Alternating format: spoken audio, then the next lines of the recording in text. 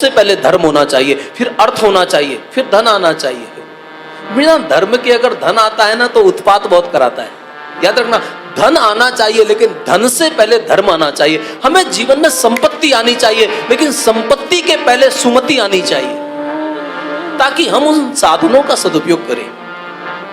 तो पहले धर्म आना चाहिए, धर्म बढ़ेगा तो मुझे भरोसा है, धर्म बढ़े तो धन बढ़े, बढ़त बढ़त बढ़ जाए,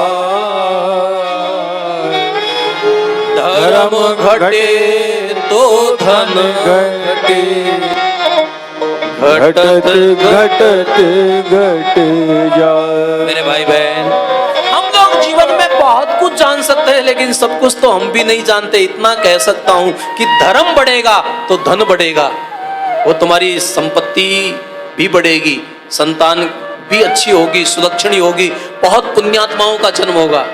ये तो मेरा बहुत बचपन से मानना है कि जिसके कर्म अच्छे होते हैं ना, उस कुल में महान आत्माएं जन्म लेती हैं।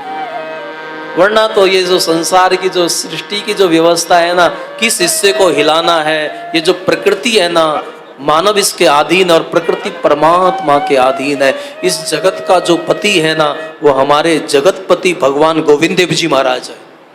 हम उसके शरण में बैठे हैं। तो हम लोग ये जो है, पहले धर्म बढ़ना चाहिए, फिर अर्थ भी बढ़ना चाहिए। भगवान करे आपके कारोबार भी बहुत आगे बढ़े, आपका व्यापार भी बहुत संपन्न होना चाहिए। कई लोगों को तो कथा में जोड़ देते हैं लोग। कथा में जब लोग आपस में मिलते हैं ना, तो हम लोग मिले ये अच्छी बात है, लेकिन कहाँ मिले ये भी बहुत महत्वपूर्ण बात है। कथा कई लोगों को मिला देती है। अरे महाराज, ये तो हमारे बहुत बचपन के मित्र थे, हम लोग पता नहीं था कि ये यहीं रहते हैं, और ये आपको कब से जानते हैं।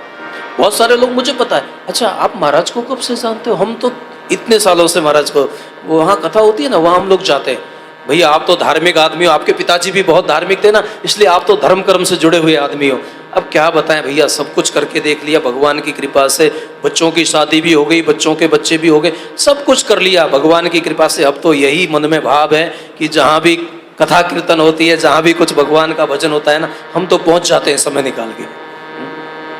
हरि के भजन बिना, हरि के भजन बिना, प्रभु के भजन बिना, प्रभु के भजन बिना,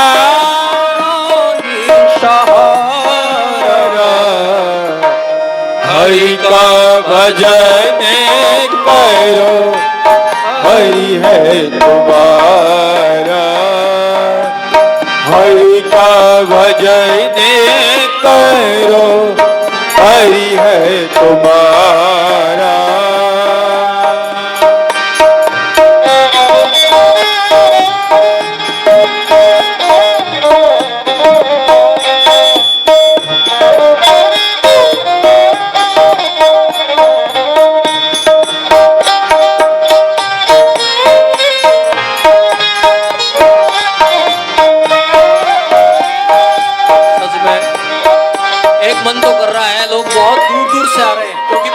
आपने समय दे रखा है 12 से 4, लोग बहुत दूर दूर से उस प्लान से आ रहे हैं। और एक तरफ आपकी साधना को देख के लग रहा है कि सुबह से इतनी तपस्या कर रहे हो, और मेरे को बड़ा संदेह है कि मैं क्या करूं, कथा करूं कि आपकी चिंता करूं।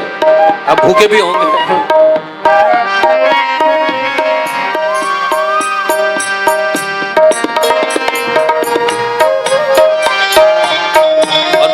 जो अभी आ रहे हैं ना, वो तो उस प्लान से आए हैं, खा पी कर बिल्कुल साधना के लिए कथा में आए हैं कि चलो भगवान की कथा सुनना है। लेकिन हमारे जो आयोजक हैं, विश्व मंगलम के पदाधिकारी हैं, वो तो सुबह से आए हुए हैं। तो उनके मन में ये भाव है कि महाराज जो कहना है वो कल से कह लेना, आज तो पूरी करो। और जो अभी अभी आ रहे हैं, उनको लग रहा है कि महाराज अभी तो हम आए हैं, आप तो कहते रहो, जो होगा देखा रहेगा। और मैं इन दोनों के बीच में बैठा हूं। हरि के भजन बिना, हरि के भजन बिना, के भजन बिना,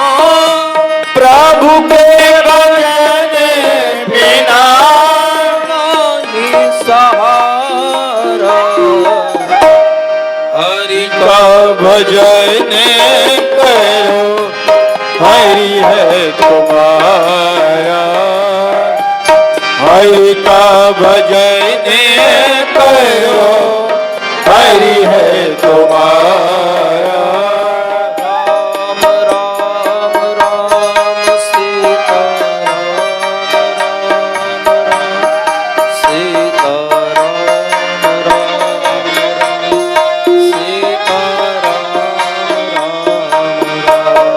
सीता राम राम राम, सीता राम राम राम, सीता राम राम राम, सीता राम राम राम।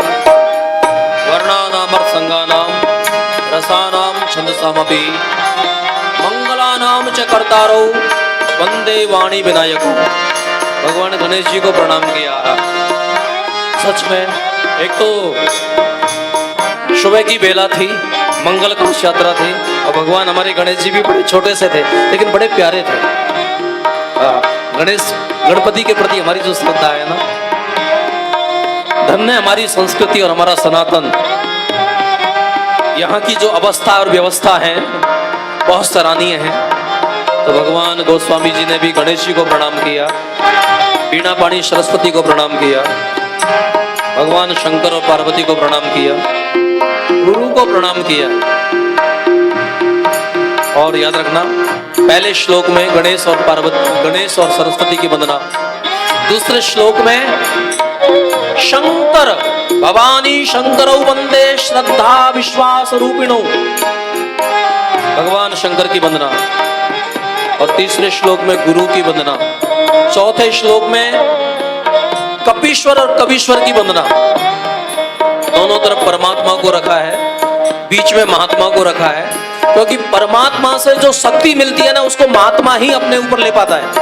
और फिर परमात्मा से जो शक्ति होती है, उस शक्ति को कोई महात्मा हमें ट्रांसफर करता है। हम सीधे सीधे किसी परमात्मा को नहीं जुड़ पाते हैं, तो हम क्या करते हैं, गुरु के माध्यम से जुड़ते हैं। उसने उस शक्ति का अनुभव किया है, और फिर वो उस शक्ति, परम शक्ति के साथ जब जुड़ जाता है ना, तो उस समय तो हम उससे बात भी नहीं कर सकते, क्योंकि वहां तो कोई व्यवहार नहीं होता है। वो अकेले में बैठकर ध्यान पूर्वक उस परम सत्ता के साथ तदात्म हो जाता है, एकात्म हो जाता है, एकीकार हो जाता है। तो वो इतना अपने जीवन में अनुभव को भर लेता है। और फिर हम तो संसारी हैं, तो हम लोग क्या करते हैं, बीच का कोई ऐसा रास्ता खोजते हैं कि उसका कोई रास्ता मिल जाए, ताकि वो हमारे व्यवहार के साथ हमको नचा भी सके, हमें ज्ञान भी दे सके, हमें कर्तव्य का बोध भी करा सके। हम ऐसा कोई व्यक्ति खोजते हैं जिसके साथ बैठकर हम संवाद कर सके। इसलिए राम कथा जो है, ये वाद नहीं, ये विवाद नहीं, ये संवाद है। ये है सुख शंभु उमा संवाद। ये पार्वती और भगवान हमारे जो जयपुर के आराध्य देव है, ताड़केश्वर भगवान का संवाद है, भगवान शंकर पार्वती का संवाद है। तो मैंने आज भागवत रामायण के मंगलाचरण को गाया, और मंगलाचरण हमारे आचरण को मंगल बनाता है। लेकिन हमारे जीवन में आचरण मंगल बनेगा, उसके लिए आपको भगवान का स्मरण करना पड़ेगा, उनके चरित्र से हमें प्रेरणा लेनी पड़ेगी, और उनके भजन करके हमें शक्ति लेनी चाहिए। और शक्ति और सामर्थ्य लेकर हमें अपने मानव जीवन को यथार्थ और आदर्श बनाकर हमें पूरे समाज के लिए एक आदर्श जीवन बनाना पड़ेगा। हमें रामकथा से प्रेरणा लेनी पड़ेगी, तो इसलिए भजन करना पड़ेगा राम जी का। और राम जी का ही नहीं, यहाँ गोविंद देव जी के चरणों में बैठे हैं, इसलिए गोविंद भगवान का भी। सीता राम राम राम, राधे श्याम श्याम श्याम, राधे श्याम श्याम श्याम, राधे श्याम श्याम श्याम। सीता राम राम राम, राधे श्याम श्याम श्याम, राधे श्याम श्याम श्याम, सीता राम राम राम, सीता राम राम राम, सीता राम राम, सीता राम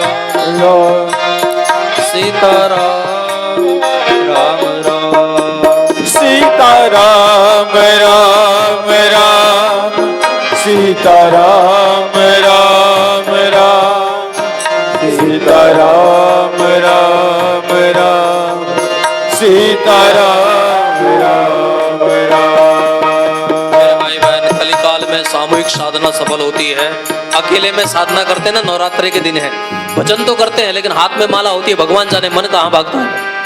लेकिन सामूहिक जब कीर्तन करते था, नाचते हुए बैठे बैठे ही जो झूमते रहते हैं और गोविंद देव जी का ध्यान करते हुए भगवान के नाम का आश्रय जो लेते हैं ना, तो सीधा हमारा ध्यान उनके चरणों में लगता है।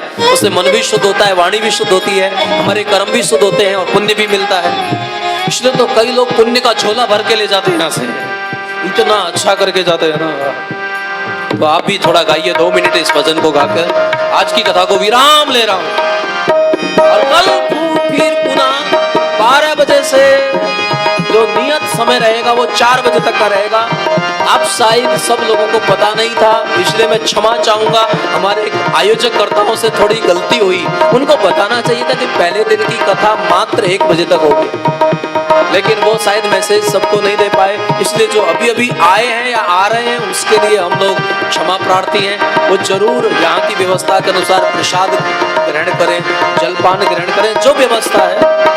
लेकिन आइए आज की कथा को हम लोग सभी संवेद संकीर्तन करते हुए, सभी सामूहिक हरि नाम जप करते हुए, और आज की कथा को हम भगवान गोविंद देव जी के चरणों में समर्पित करें।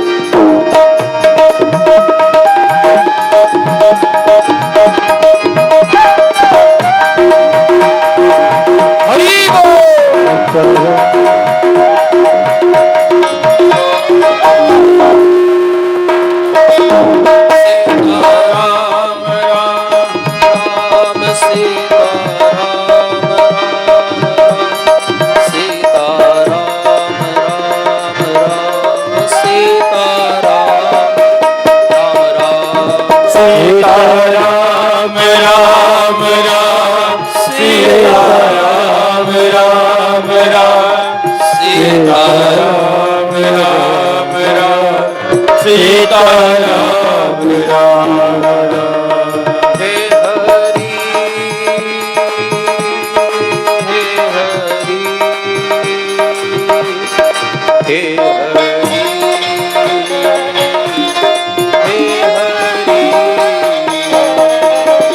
हे हरि हे हरि हे हरि हे हरि हे हरि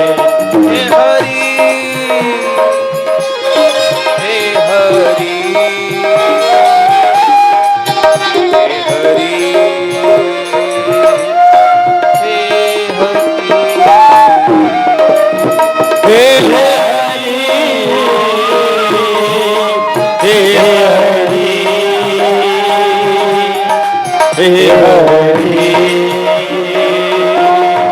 हे हरि हे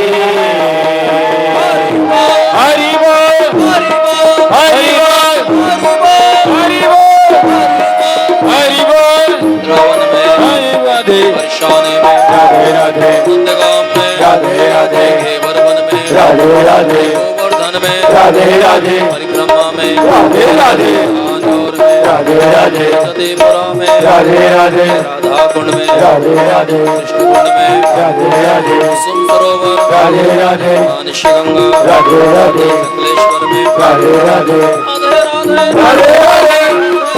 राधे राधे राधे राधे राधे राधे